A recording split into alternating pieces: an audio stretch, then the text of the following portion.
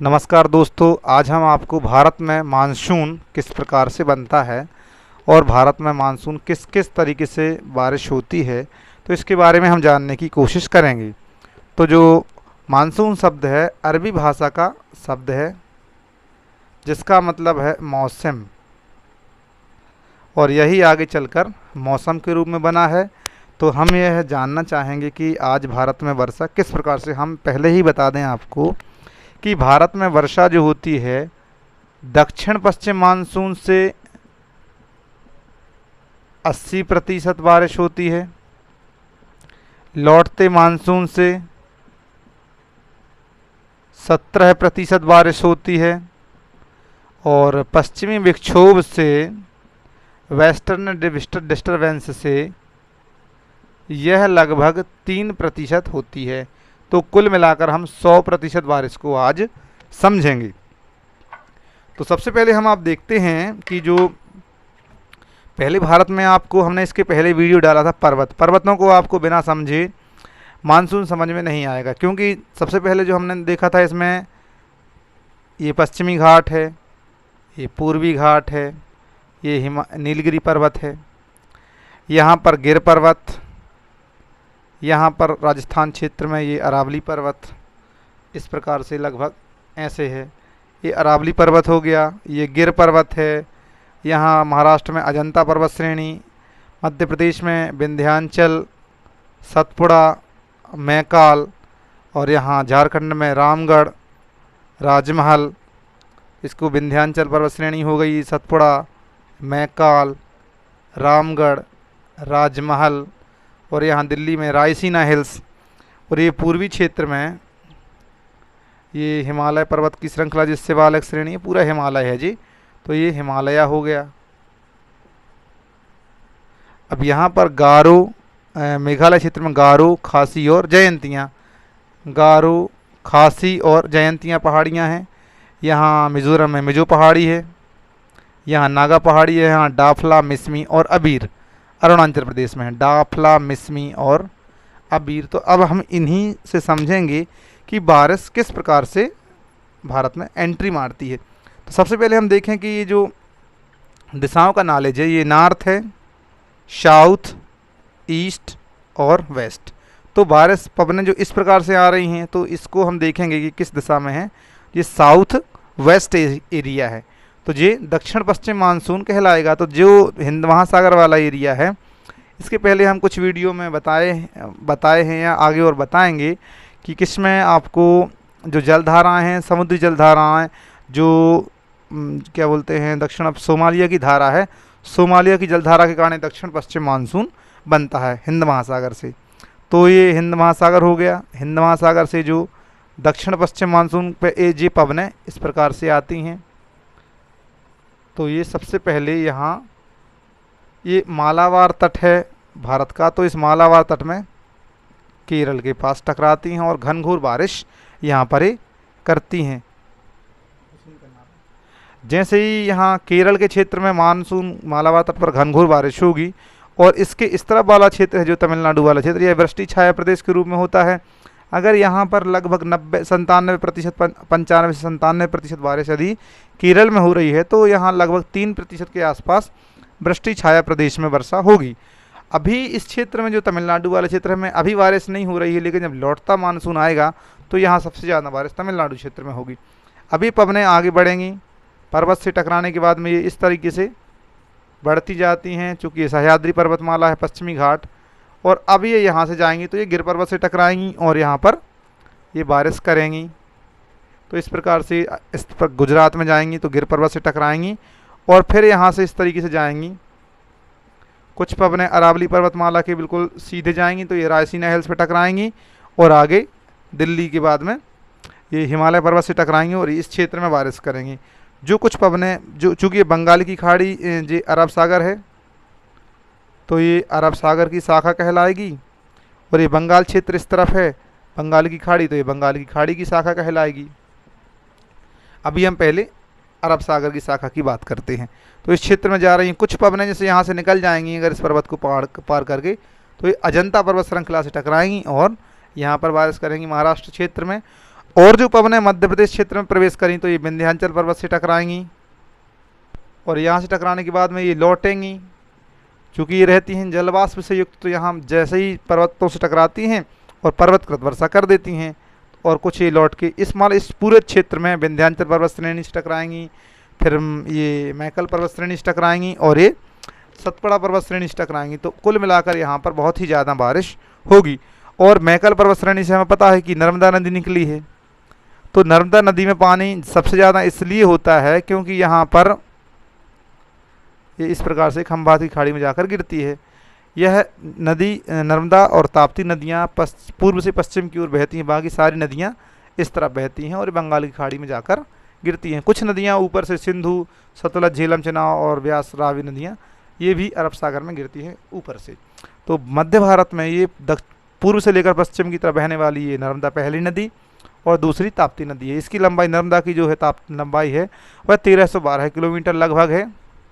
यह हमने पुराने वीडियो में बताया है। और लगभग एमपी में 1077 किलोमीटर बहती है। इसको चंचल नदी या रेवा नदी के नाम से भी जाना जाता है क्योंकि उच्छृंखलता नदी की बहुत ज़्यादा है, तो इस कारण से नर्मदा नदी को रेवा या चंचल नदी के नाम से जाना जाता है। इस नाम से एक रीवा से भोपाल के बीच में एक ट्रेन भी चलती है रीवांचल के नाम से। तो हम ये रही बात परिवहन के बारे में, थोड़ा सा उसको हम नज़रअंदाज करते हैं। हम देखते हैं कि विंध्याचल पर्वत श्रृंखला से टकरा कुछ इसका भाग यदि यहाँ टकरा जाए तो ये राजमहल रामगढ़ की पहाड़ियों से टकरा सकता है। अतः ये क्षेत्र कुछ पवनें, इस क्षेत्र में तो बारिश घनघोर हो गई है, तो कुछ पवनें यहाँ से भी इस तरफ आ जाती हैं थोड़ी बहुत, जो पश्चिम अरब सागर की शाखा से भी थोड़ी बहुत बारिश हो सकती। चूँकि फेरेल का नियम बताता है कि यदि उत्तर दिशा में पवनें जा रही हैं उत्तरी गोलार्ध में, तो ये इस तरीके से मुड़ती हैं, तो थोड़ी बहुत है इस तरफ जा सकती हैं इसी का कुछ भाग, बाकी दक्षिण में इस तरीके से एंटी क्लॉकवाइज घूमती हैं। फेरेल का नियम यही कहता है, तो फेरेल के नियम का भी इसमें प्रयोग होगा। तो हम देखते हैं कि कुछ नदियाँ, कुछ ये जो पवनें हैं ये दिल्ली में बारिश करेंगी, इधर टकराएंगी और फिर लौट के आएंगी तो फिर दिल्ली में बारिश करेंगी। और कुल मिलाकर यहाँ पंजाब में सबसे बाद में ये दक्षिण पश्चिम मानसून की पवनें पहुँचती हैं और पंजाब में सबसे बाद में बारिश होती है। और सबसे पहले केरल में बहुत ही ज़्यादा बारिश होती है। केरल में 15 जून के आसपास ये केरल में पहली बार आती हैं, जिसे बम्बई वर्षा के नाम से पूरे भारत में जाना जाता है। अब आगे देखते हैं हम कि जो अब लौटता हुआ मानसून, पहले नंबर हमने देखा कि दक्षिण पश्चिम मानसून से लगभग इसी प्रकार से जो बारिश है, अब हम देखेंगे कि यहाँ से जब ये पवनें यहाँ से जाएंगी अरब सागर की शाखा के क्षेत्र से यहाँ से, और ये पवनें टकरा कर यहाँ गारो, खासी और जयंतियाँ, डाफला, मिसमी, अबीर, तो पहले इस क्षेत्र में जब जाएंगी मेघालय वाले क्षेत्र में, तो यहाँ पर घनघोर बारिश करेंगी, जो कि मासेन राम क्षेत्र दुनिया का सबसे ज़्यादा वर्षा प्राप्त करने वाला स्थान है। लगभग 400 सेंटीमीटर के आसपास यहाँ बारिश हो जाती है। तो जो सबसे ज़्यादा बारिश होती है ये पश्चिमी घाट में होती है और पूर्वी हिमालय, जो कि मासेन राम वाला क्षेत्र है। कुछ इस पवनों का हिस्सा इधर मिजो, नागा, डाफला, मिसमी और अबीर पहाड़ियों से टकराता है और यहाँ भी बारिश करता है। तो देखा हमने कि दक्षिण पश्चिम मानसून से लगभग हमने 80% वर्षा पूरे भारत में प्राप्त की है। अब जब ये पवनें यहाँ से शुष्क हो जाएंगी, अब ये जो पवनें हिमालय पर्वत से लौटकर यहाँ दिल्ली में बारिश कर रही हैं, अब जब तक ये सितंबर का महीना आ जाएगा, लगभग 3.5-4 महीने में यहाँ तक लगभग पहुँचती हैं ये। चूँकि बरसात का मौसम यहाँ अब ख़त्म हो रहा है, तब सितंबर में जैसे ही वर्षा ये पवनें लौटेंगी तो अब ये लौटते हुए मानसून से बारिश करेंगी। जैसे हमने बताया था कि अभी ये लौटते हुए मानसून, जैसे मान लो ये बताया कि ये नॉर्थ है, ये साउथ है, ये ईस्ट है और जी वेस्ट है। अभी जी पवनें जब लौटेंगी तो इस तरीके से आएंगी, तो इसको बोलते हैं उत्तर पूर्व पवनें या दक्षिण या लौटता हुआ मानसून। तो ये लौटता हुआ मानसून अब किस प्रकार से बारिश कराएगा देखेंगे। अब ये लौटेगा यहाँ से पवनें, तो ये रामगढ़ की पहाड़ी से टकराएंगी, आगे जाके राजमहल की पहाड़ी से टकराएंगी। वैसे भी इनमें उतना ज़्यादा शुष्कता बहुत ज़्यादा है, तो बारिश यहाँ पर बिल्कुल ना के बराबर होती है।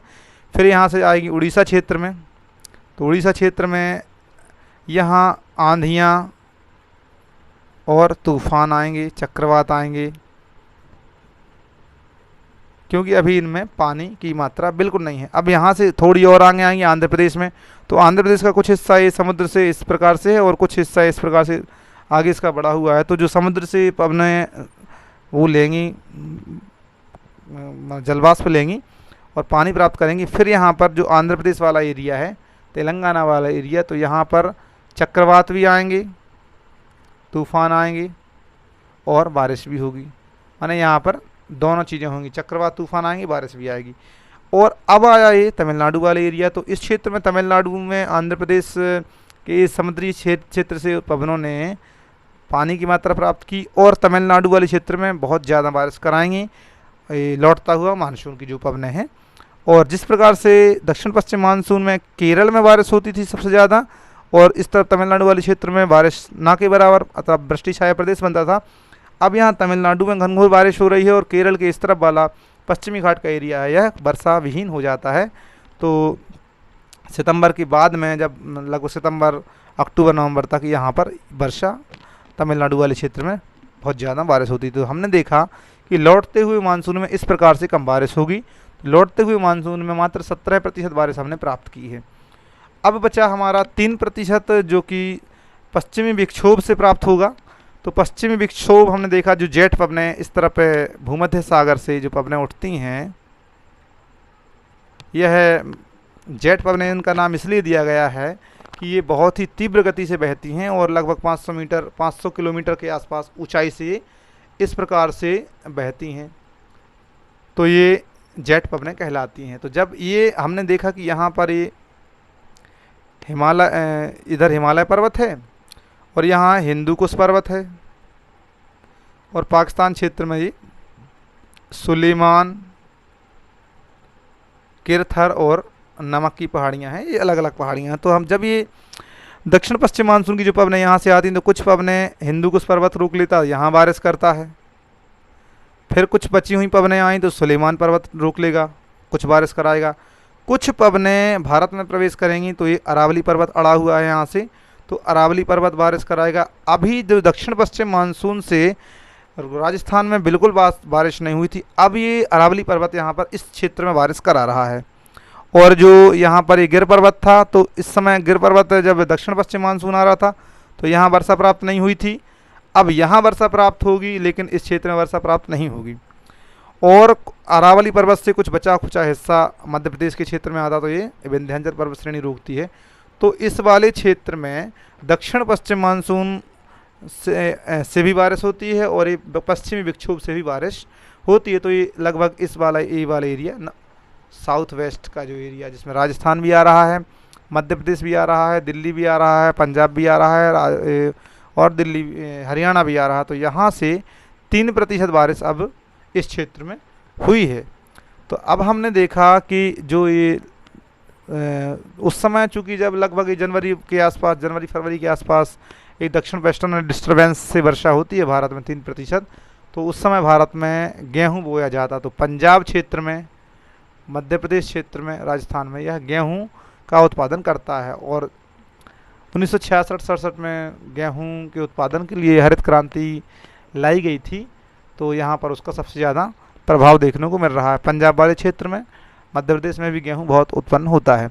तो हमने कुल मिलाकर अब तक पश्चिमी विक्षोभ भी देखा जो कि 3% बारिश हुई है, दक्षिण पश्चिम मानसून से 80% बारिश, लौटते मानसून से 17% बारिश और पश्चिमी विक्षोभ से 3% बारिश। कुल मिलाकर पूरे भारत में 100% बारिश इस प्रकार से होती है। तो यदि आपको ये चैप्टर समझना है अच्छे से, तो इसके पहले आपने निश्चित है कि पर्वतों वाला चैप्टर तो देखा ही होगा। वैसे भी मैंने इसमें भी बता दिया था आपको कि कौन सा पर्वत किस स्थान पर है। तो संभवतः आपको, मुझे लगता है कि समझ में आया होगा। होप आपने समझा होगा इसको अच्छे से। और मानसून की जो तीनों प्रकार की वर्षाएं भारत में होती हैं वह आपने अच्छे से समझा है। अच्छा लगा हो तो चैनल सब्सक्राइब करें, लाइक करें, शेयर करें, अपने मित्रों को भी बताएं कि इस चैनल पर बहुत अच्छे से सर लोग पढ़ाते हैं। Thank you. जय हिंद, जय भारत।